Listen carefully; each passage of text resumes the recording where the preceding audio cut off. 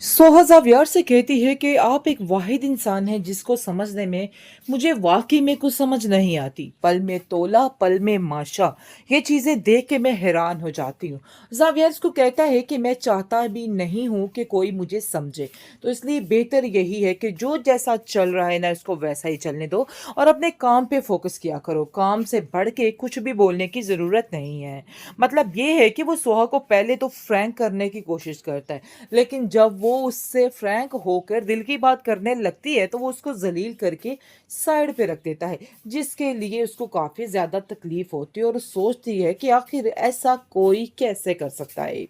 तो जी इसने ऐसा कर ही दिया है, इसमें हकीकत है। और जो कुछ वो सोच रहा है ना बस वही सोचना चाहता है, उसकी सोच वहीं तक महदूद है और वो चाहता ही नहीं है कि कोई और उसके बारे में कुछ भी सोचे। मेरा काफ़ी परेशानी बन चुकी है सोहा के लिए, क्योंकि सोहा इतना कुछ कर रही है उस घर के लिए, लेकिन उसके बावजूद उसके हाथ उसको खाली नज़र आ रहे हैं। और जिस तरीके से ज़लील करके जिमल की वजह से ज़ावियार ने उसको साइड पे किया, ये बात उसके दिल पे आ लगी है और दिल से निकलने का नाम ही नहीं ले रही, जिसकी वजह से वो काफ़ी ज़्यादा परेशान हो चुकी है। आप देखेंगे कि जिमल इसको कहती है कि सोहा तुम्हें परेशान होने की ज़रूरत नहीं है, मेरा ही कसूर था, मुझे वहाँ से नहीं उठना चाहिए था। मुझे क्या पता था कि मेरे साथ ये सब कुछ हो जाएगा और सब कुछ तुम्हारे ऊपर पड़ जाएगी। देखो मैं ऐसा बिल्कुल नहीं चाहती थी। मैं हमेशा से चाहती थी कि तुम्हारी ज़िंदगी में सुकून हो। तो इसलिए तुम प्लीज़ अपने दिल से ये सारी बातें निकाल दो। मेरे दिल में तुम्हारे लिए ऐसा कुछ भी नहीं है। लेकिन सोहा की बातों को बड़े अच्छे तरीके से समझ चुकी है अब जिमल, और वो कहती है कि मैं तुम्हें बड़े अच्छे तरीके से जानती हूँ, तुम किसी का बुरा नहीं चाह सकती हो। तो इसलिए परेशान होने की ज़रूरत नहीं, हम सब तुम्हारे साथ हैं और तुम्हारा साथ देंगे और हमें पता है कि तुम गलत नहीं हो। कुछ नहीं किया है। जो कुछ भी हुआ है सिर्फ़ और सिर्फ़ बाय चांस हुआ है, लेकिन इस बात को समझने के लिए ज़ावियार को ज़रूरत की समझ नहीं आ रही। मतलब ये उसको बिल्कुल समझ नहीं आ रही है और वो समझ ही नहीं रहा मेरी बात को। जिस पर वो कहती है कि हाँ, मैं मानती हूँ कि वो गुस्से का ज़रा जज़्बाती है, लेकिन फ़िक्र मत करो। जैसे ही उसको एहसास हो जाएगा इस बात का कि उसने गलत किया है, तो वो खुद तुमसे माफ़ी माँग लेगा। लेकिन सोहा कहती है कि बार-बार ये सब कुछ करने का क्या फ़ायदा? इन सब चीज़ों में मेरी क्या गलती थी? मुझे ये ज़रा बात बताइए। लेकिन जी किसी को कुछ समझ नहीं आ रही कि आखिर क्या बताना और क्या नहीं बताना। हर बात में ज़ावियार को समझ आ जाएगी और वो आकर इससे माफ़ी भी माँग लेगा और कहेगा कि मुझे माफ़ कर दो। लेकिन फ़िलहाल सोहा से उसका ये रवैया बिल्कुल भी बर्दाश्त नहीं हुआ और उसका दिल काफ़ी ज़्यादा तकलीफ़ में आ जाता है। और वो कहती है कि आखिर ऐसा मेरे साथ कैसे हो सकता है? दूसरी तरफ ज़रका का फ़ोन आता है अपनी माँ को और वो कहती है कि मेरी बात ज़हन में रखना कि बहुत जल्द आपकी सोहा आपके हाथों से निकलने वाली है। जैसे अब ज़ावियार की तारीफ़ें करती है ना, तो वो कभी भी उससे दूर नहीं रहेगी। देख लेना अपने हाथों पे उसको लेकर ही रहेगी। मेरी बात लिख के रख ले। जिस पर उसकी माँ कहती है कि तुम होश के नाखून क्यों नहीं लेती? किस किस्म की फ़ज़ूल बातें कर रही हो? अरे इस तरह की बातें करके अपना भी जी जलाती हो और मेरा भी जी जलाती हो। ऐसा कुछ भी नहीं है।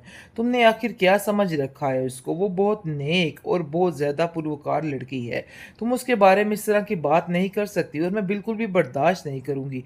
जिसको सुनकर बहुत ज़्यादा गुस्से में आ जाती है और वो फिर से फ़ोन पटक कर मार देती है और कहती है कि मैं अब आपसे बात ही नहीं करूँगी, क्योंकि आप जब भी कोई बात करती हैं, आप उसी की ही तारीफ़ करती हैं और मेरी हर बात को झुठला के रख देती है। हालाँकि मेरी किसी बात में कोई गलत बात नहीं होती, बल्कि हर चीज़ में सच्चाई ही होती है। लेकिन उसके बावजूद आपको मेरी हर बात कड़वी लगती है और आपको अपनी सोहा जो है वो बेहतरीन लगती है। लेकिन याद रखिएगा, सोहा जब आपको छोड़ के गई ना इसने, तो फिर आपको होश आएगी कि आपने क्या खोया और क्या पाया है। अभी आपको इन सब बातों की समझ नहीं आ रही। सोहा को अपनी ज़िंदगी में काफ़ी ज़्यादा तकलीफ़ें बर्दाश्त करनी पड़ी हैं, क्योंकि जैसा कि आपने देखा कि उसने जिमल की सारी ज़िम्मेदारी अपने सर ली हुई थी और कहा था कि नहीं, वही उसका ध्यान रखेगी, जिसकी वजह से ज़ावियार काफ़ी ज़्यादा मुत्तमिन था। और वो सोहा की काफ़ी तारीफ़ भी कर रहा था कि वाक़ई में तुमने बहुत अच्छे तरीके से ज़िमल को सँभाला हुआ है और मैं इस चीज़ के लिए काफ़ी हैरान हो रहा हूँ।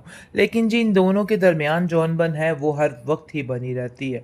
मामलात ख़राब ही रहते हैं, क्योंकि ज़ावियार के साथ रहना भी काफ़ी मुश्किल हो जाता है, जिसकी वजह से बेचारी सोहा काफ़ी परेशान रहती है और अक्सर औक़ात रोती भी रहती है कि मजबूरी ने उसको कहाँ पे लाके खड़ा कर दिया।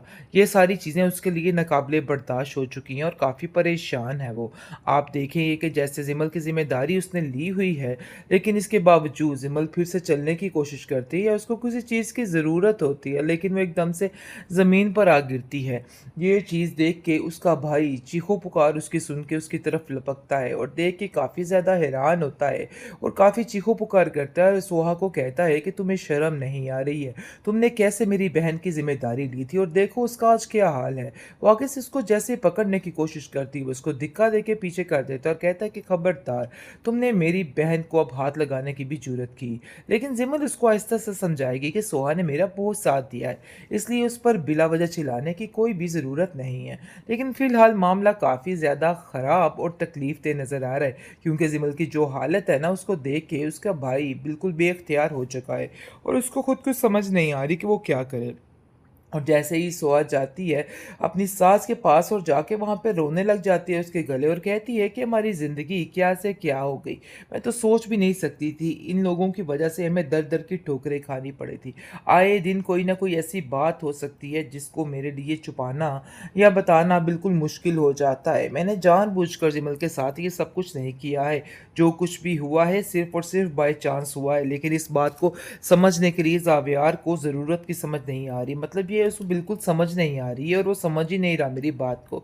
जिस पर वो कहती है कि हाँ, मैं मानती हूँ कि वो गुस्से का ज़रा जज़्बाती है, लेकिन फ़िक्र मत करो।